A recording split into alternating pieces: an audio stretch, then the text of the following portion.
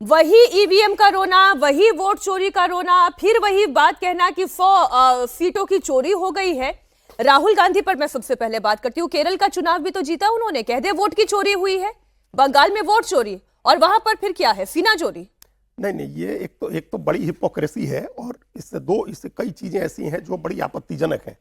आप अपोजिशन हारने के बाद सत्तारूढ़ दल पर आरोप लगाता है, इसमें कोई ये नई बात नहीं है, लेकिन आरोप लगाते हुए आप ऐसा काम मत करिए जिससे मतदाता का अपमान करें, आप इंस्टीट्यूशंस का अपमान करें, आप पूरे वोटर के सेंस को, उसके वोटिंग बिहेवियर को आप उसका अपमान कर रहे हैं। आप इस बात को स्वीकार ही नहीं कर रहे हैं कि आप जहां हार रहे हैं वहीं वोट की लूट हो रही है, और जहां आप जीत रहे हैं वहां मतदाता समझदार है। ऐसे इस तरह से खांचे में बांट करके आप मतदाता को नहीं देख सकते हैं। पहली बात तो यह है कि आप इस तरह की बातें करके, चाहे राहुल गांधी हो चाहे अखिलेश यादव हो, ये पश्चिम बंगाल के जनादेश का अपमान कर रहे हैं, वहां के मतदाताओं का अपमान कर रहे हैं। ऐसा नहीं है कि ये कोई बहुत ऐसा अप्रत्याशित नतीजा आ गया है जिसकी उम्मीद लोग नहीं कर रहे थे, या जिसकी आधार भूमि वहां नहीं बन रही थी। फिर आप इंस्टीट्यूशंस का अपमान करते हैं। इस बंगाल के चुनाव में आप देखिए, एसआईआर की प्रक्रिया से लेकर के अभी तक इसमें सुप्रीम कोर्ट इन्वॉल्व है, इसमें चुनाव आयोग इन्वॉल्व है, इसमें पैरामिलिट्री फोर्सेज इन्वॉल्व है। और हम कोई राजनीतिक टिप्पणी नहीं है, लेकिन कम से कम पैरामिलिट्री फोर्स और भारत की न्यायपालिका तो ऐसी है जिसके प्रति लोगों का सम्मान है, लोगों की आस्था है, ये सब लगे हुए थे। इसके बावजूद आप कह रहे हैं, और इन्होंने सुरक्षा सुनिश्चित की। हम तो ये कह रहे हैं कि जो सीएपीएफ के जवान तैनात थे, हम पहली बार देखा मीनाक्षी जी, पिछली बार की गलतियों से ऐसा सबक लिया। पिछली बार जो दार्जिलिंग में गोलियां चली थी, लोग मारे गए थे, उसके बाद सीएपीएफ ने इंश्योर किया कि कहीं ऐसी घटना नहीं हो। कोई एकदम उन लोगों ने बर्दाश्त किया। हम लोगों ने देखा वीडियो की लोग लाठी डंडे लेकर के और कार तोड़ रहे हैं, लोगों पर हमला कर रहे हैं, इसके बावजूद सीएपीएफ ने संयम बनाए रखा।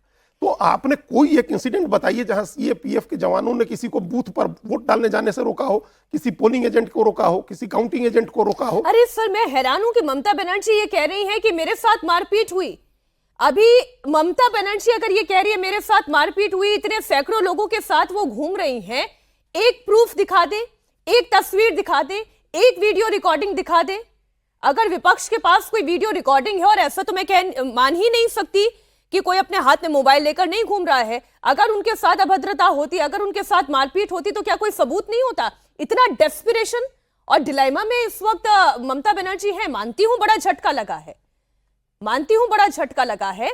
दो बार शुभेंदु अधिकारी से हार गई, नंदीग्राम हार गई, भवानीपुर भी हार गई, अपने घर में हार गई। लेकिन समझिए, जनता ने उन्हें हराया है।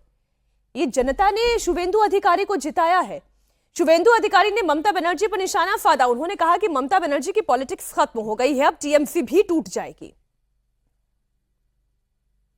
ममता बनर्जी कह रही कि ये 100 वोट जो है सीट लूटा गया है, कहीं ना कहीं ये उसका बात उसका पॉलिटिक्स खत्म, उसका पॉलिटिक्स खत्म हो गया है। वो परिवारवादी और जो ऑटोक्रेट पार्टी, ये सब नहीं चलता मगा।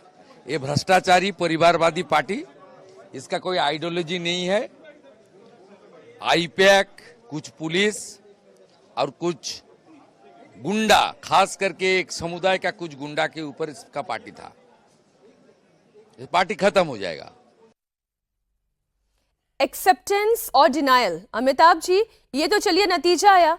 आप तो डे वन से कह रहे हैं कि भाई ये चुनाव जो है ममता बनर्जी के हाथ से खिसकता दिखाई दे रहा है। अब वो कितना आगे तक जाएगा ये कहना मुश्किल है, लेकिन अगर आगे गया, 148 का आंकड़ा पार किया, तो फिर एक लैंडस्लाइड विक्ट्री होगी। लेकिन अभी भी ममता बनर्जी डिनायल मोड में है, पूरी टीएमसी विपक्ष डिनायल मोड में है। देखिए क्या है कि जैसा अजीत भाई साहब ने कहा है कि जनता तो जनार्दन है, जिसको वोट देगी वो जीतेगी।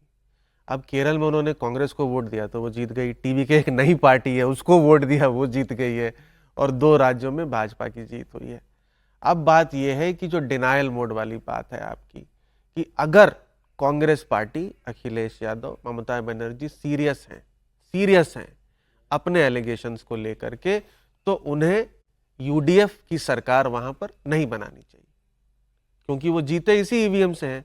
देखिए क्या होता है कि कांग्रेस पार्टी जो वोट चोरी के आरोप लगा रही है, लोग उसको सीरियसली क्यों नहीं ले रहे हैं, कैसे लेंगे? तो भाई अगर आप सीरियस हैं अपने ही आरोपों के ऊपर, तो आप ये बोल दीजिए कि हमारे 102 एमएलए जो जीत करके आए हैं वो गलत तरीके से जीत करके आए हैं और हम ये चुनाव में नहीं जीतेंगे। वैसा तो वो करेंगे नहीं। तो अब बात आ जाती है ममता बनर्जी की। ममता बनर्जी चीफ मिनिस्टर है, उनके पास Z+ सिक्योरिटी है, Z+ सिक्योरिटी होगी, बिल्कुल ठीक। बिल्कुल होगी। तो उनके साथ कोई कैसे मारपीट कर सकता है? ना कोई मतलब कोई ऐसा प्रूफ दिख रहा है जैसा आपने पूछा, ना कोई ऐसा विजिबल साइंस है कि उनके साथ मारपीट हुई है। तीसरी बात है कि ये पूरा एक इकोसिस्टम अगर आप देखेंगे, उनका ये था कि SIR डिलीशन हुआ है, वोट कम पड़ेंगे। अब वोट पड़ गए ज्यादा, 93% टर्नआउट हो गया। फिर नैरेटिव चला कि नहीं नहीं, ये सिर्फ SIR डिलीशन का बेस इम्पैक्ट है, बेस इफेक्ट है, कोई वोट नहीं बढ़ा। फिर पता चला कि भाई 22 लाख वोट बढ़ गए, है ना।